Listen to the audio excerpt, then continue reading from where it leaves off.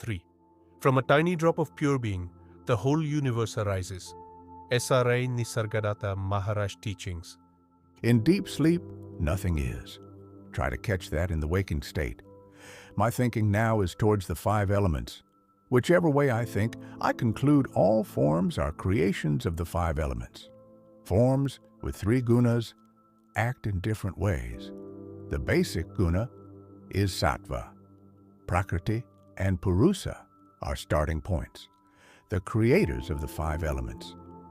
There is awareness in the Brahma Aperture, which is talking. The Shuddha Sattva, pure being, like a drop of ghee, a clarified butter, is the Brahma Aperture. That small drop contains the picture of the whole universe. Each one's intellect is different, so the power of intellect differs. Understanding differs. The primary nature of consciousness is not to remain constant. Objects keep on changing.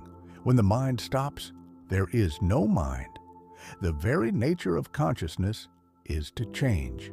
You think one thing, then the very next second, something different. If consciousness becomes steady, it will be awareness. The words, including namarupa, name and form, cannot have, by their very nature, any steadiness. Even ideas about yourself are bound to change. Give me an idea of what you consider as yourself. You cannot. It changes. Mind does not speak to personality. It is its creation. Mind speaks to mind. Boyfriend, girlfriend, and so on, all are movements in consciousness. At that point of consciousness where one's mind realizes the I am, I-amness. The word, breath, and mind are one. I go to some place, sit, think, and form opinions. All is mind, its movements. The Brahma Aperture is Sattva, harmony, and the mind is its result.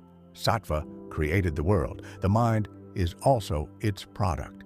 When the Sattva movement stops, the mind disappears, and the people say, he is dead. But the knower says, I am not consciousness, mind, or Sattva. I am apart from the elements and their products. All that is seen is of the 5 elements. However high an entity may be, he is the end product of 5 elements. Where are the individuals or avatars after death? The mind, the word, name, and form have no independent existence apart from the 5 elements. For me, there is no death and birth. For the mixture of 5 elements, their essence, their products, the forms, the starting point is Purusa and Prakriti. Purusa and Prakriti have no forms, so how can they be destroyed? In fact, it is Mulaya, the root cause of illusion. When consciousness begins to stir, the forms and the universe arise, and these are my own body. From a tiny drop of Sattva arises the entire universe. Is my own body and world in that Sattva? I refuse to accept. How can it be? It's a lie. There is the body, so I suffer. You say, there is the world. How can it all be an illusion? But the mind is a concept. All worlds are movements in consciousness, hence false. When you see the false as false, the mind settles down and disappears. There are different human races and creeds. Each praises and denigrates the others. All these are movements in consciousness, emanating from non-beingness. My beingness sees false as false, therefore, I do not comment on them. Anything that you acquire, even knowledge, is false. 0. Try to transcend the knowledge.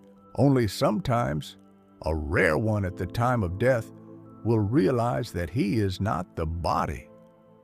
The body disintegrates in the fire and mingles with the 5 elements. Brahman is a concept because it is not going to be in my association for long, just for a short period. As long as there is beingness, there is the world. For the one who realizes the departure of beingness, there is bliss. The ignorant get involved with beingness, hence there is traumatic suffering for them. All is suffering. The waking, deep sleep, and dream states, the 5 elements, and 3 gunas. Realize this and get rid of suffering. The ignorant one dies, while the one who understands is liberated. The mind must sing the I am without words. Be liberated. If you think you have acquired knowledge and that is your achievement, then you are still far from self-knowledge.